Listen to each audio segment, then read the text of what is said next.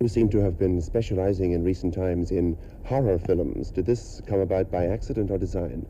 I would say it was probably by accident rather than by design. Like many things that happen in an actor's life, in his career, they happen rather out of the blue, you know.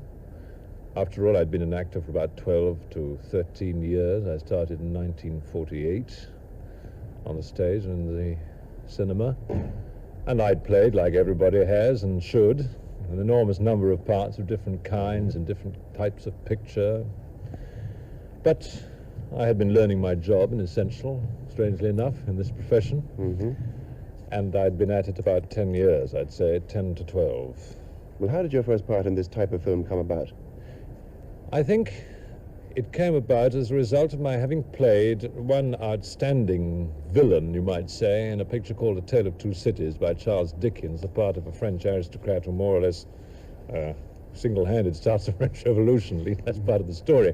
And as a result of this, I think people began to think of me as a villainous character. I sometimes have the feeling that audiences are in sympathy with the villain or the monster. How true do you think this is? Oh, they must be. I think this is essential.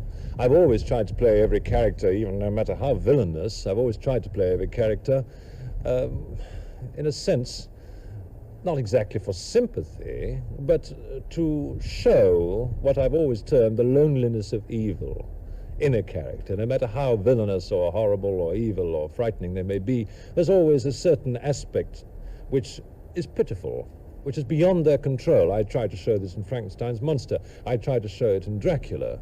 I tried to show it in The Mummy. And I will try and show it in this particular character, Fu Manchu. It's not quite so easy because he's essentially a human being, whereas the others were not quite. Would you prefer to be on the side of good or evil? Oh, to be on the side of the angels is always important, I suppose, but I think on the other hand that the villains always have the more interesting parts, let's put it that way. Do you play some of these horrific parts, shall we say, with a certain amount of tongue-in-cheek? Oh, no, absolutely not. Definitely not. I think it's an essential.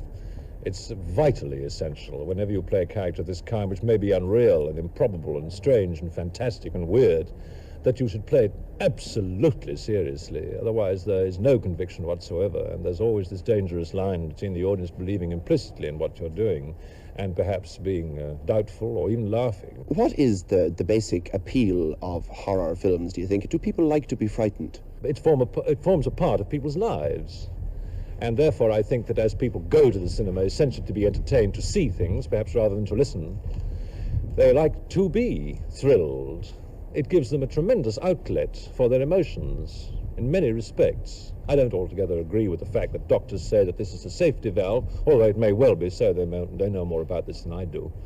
I essentially regard it as something which people like to experience. And this is proved all over the world.